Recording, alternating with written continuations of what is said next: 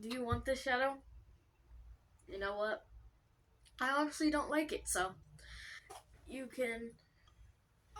Oh my gosh, I can't pull, and you can't just eat that whole thing. It's long.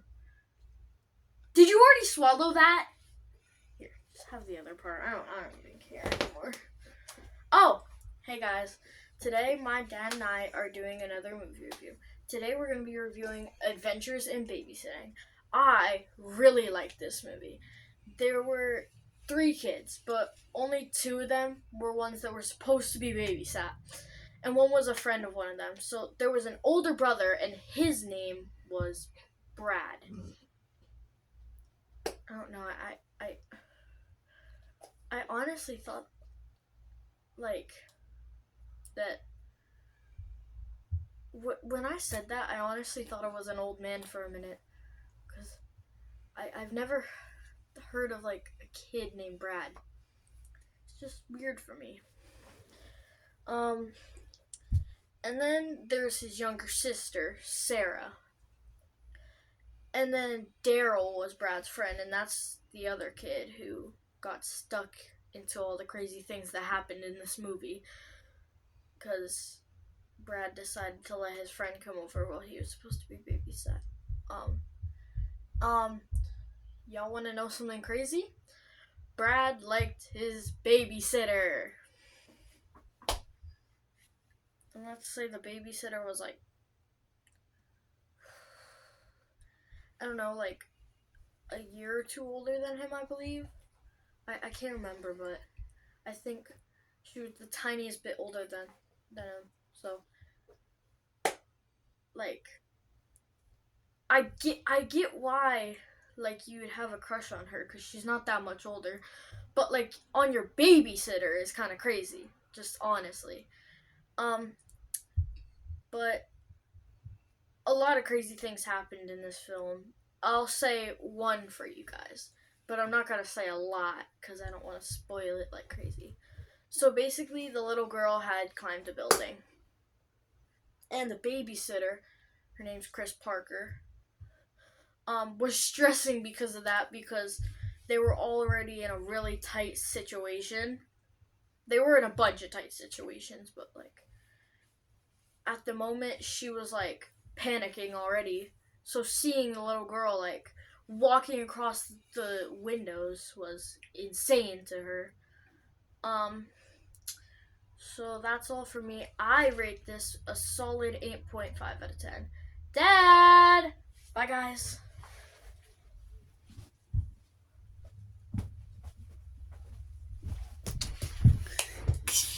Hey, what's up?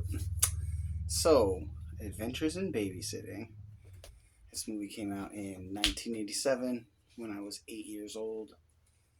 What a glorious time to be alive. 1987. If you can remember those years, you're very blessed. Now, um, at the time this movie came out, I remember watching it, and it was one of the movies I watched many times because I really enjoyed it. I was basically in love with Elizabeth Shue from the time I was 8 years old. Well, probably before that, because Karate Kid came out when I was 6. So I was probably in love with her since Karate Kid. Elizabeth Shue is one of those people that you don't forget.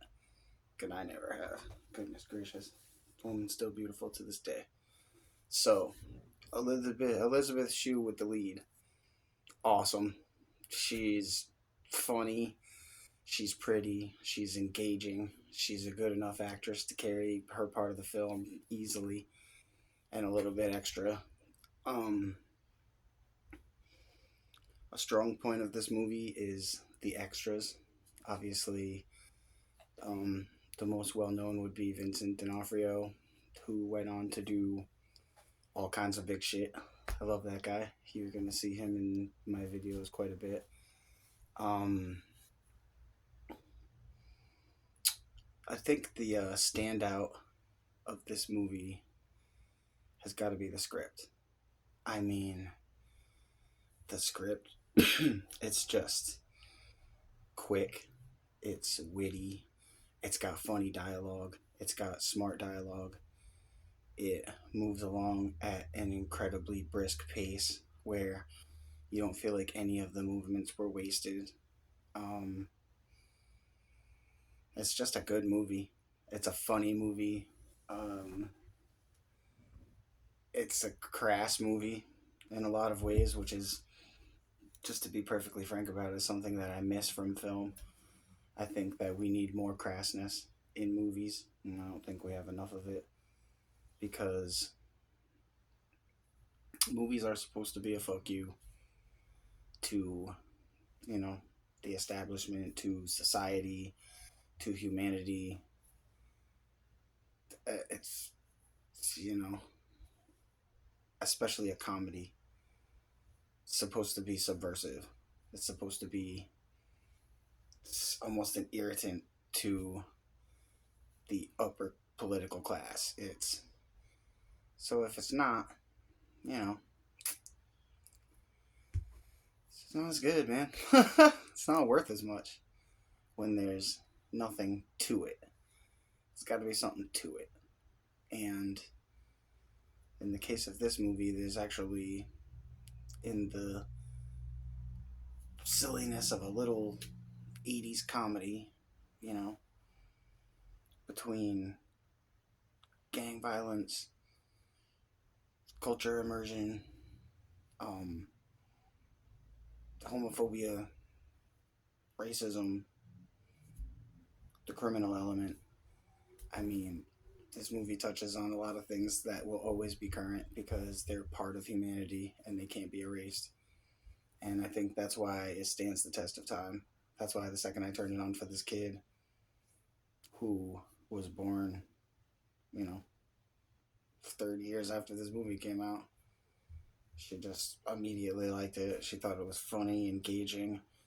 The jokes aren't lost on time, so it's not just a bunch of 1980s jokes. Because, I think a lot of those movies got lost in that. I was talking to somebody about 48 Hours the other day, and they said that movie is so dated to the time period that it came out in that it would be hard for a kid today to watch it, which it was hard for me to watch as a kid, so I never really enjoyed that film. I never watched it as an adult. Maybe I'll give it another look just to check it out.